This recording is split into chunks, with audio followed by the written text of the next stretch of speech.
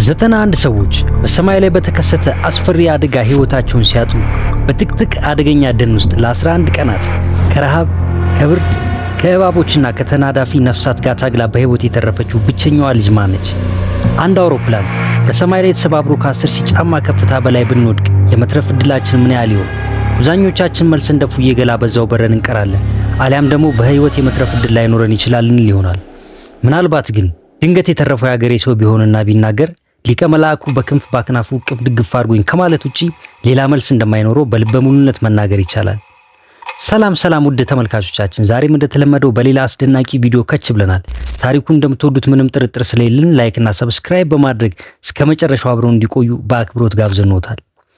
የሰው ልጅ ተንሸራቶና ወድቆ እንደ ቀልድ ህይወቱ አለፈ የሚል ዜና በምንሰማበት በዚህ ዘመን ከ10 ሺህ ጫማ ከፍታ በላይ ከሚበራው አውሮፕላን ውስጥ ተፈትፍጣ በህይወት ስለተረፈችው አስደናቂ ሴት ታውቃላችሁ? ይህ በምስሉ ላይ የምታዩት ስሟ ጁሊያኔ ኮፕኬ ይባላል። ይህ የእሷ ታሪክ ስለ እድል ብቻ አይደለም፣ ስለ ጽናት፣ ስለ እውቀት፣ ስለ ሰው ልጅ አስደናቂ የመኖር ፍላጎት እንጂ። ጁሊያኔ የተወለደችው በፔሩ ነው። ወላጆቿ የስነ ህይወት የባዮሎጂ ተመራማሪዎች ነበሩ። ከልጅነቷ ጀምሮ በአማዞን ጫካ ውስጥ ከወላጆቿ ጋር በመኖሯ የተፈጥሮና የእንስሳትን ባህሪ በቅርብ የማወቅ አጋጣሚ ነበራት።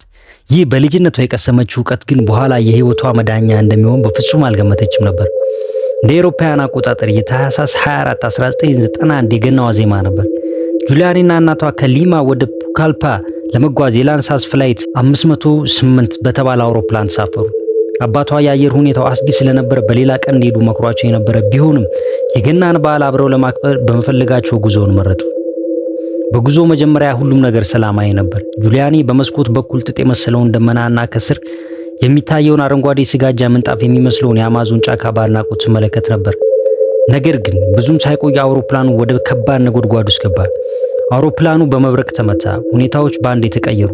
አውሮፕላኑ በኃይለኛው መንቀጥቀጥ ጀመረ። እቃዎች ወደቁ። የተሳፋሪዎች ጩኸትና ፍርሃት ሰማዩን ሞላው። ከዛም አስፈሪው ነገር ተከሰተ። የአውሮፕላኑ ክንፍ ተሰባብሮ አየር ላይ ያለ ወደ ብዙ ቁርጥራጮች ተበታተነ።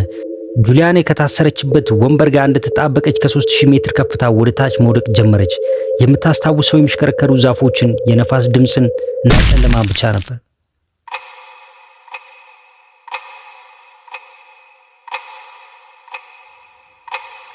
አይኗን ስትከፍት በጥቅጥቅ ደን ውስጥ መሬት ላይ ተኝታ ነበር። የአንገት አጥንቷ ተሰብሯል። እጇ ተቆርጧል።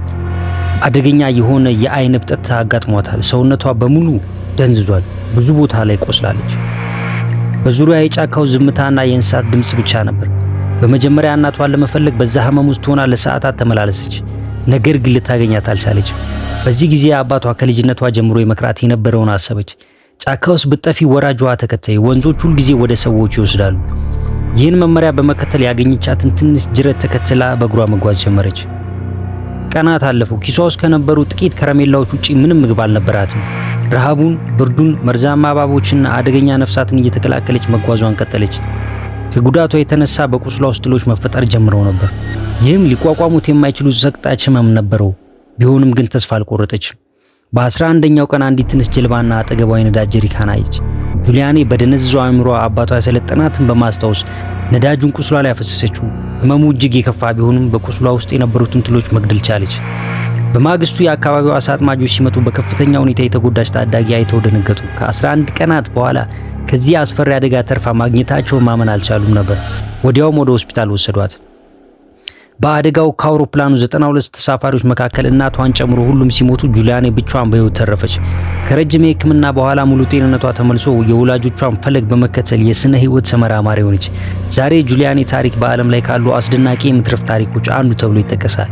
ይህ ታሪክ የሚያስተምረን ትልቅ ነገር አለ። በእውቀት የታገዘ ጽናት፣ መረጋጋትና ተስፋ ለመቁረጥ በጣም አስቸጋሪ በሆኑ ሁኔታዎች ውስጥ እንኳን ብንሆን ተአምር ሊፈጥር ይችላል። ቪዲዮን ከወዳችሁ ላይክ ማድረጋችሁን አትርሱ። ስለዚህ ጠንካራ ሴት ያላችሁን አስተያየት ኮሜንት ላይ ጻፉልን። እንደዚህ ያለው አስደናቂ ታሪኮች እንዲደርሷችሁ ሰብስክራይብ አድርገው የደወል ምልክቷን በመጫን ቤተሰባችን ይሁኑ።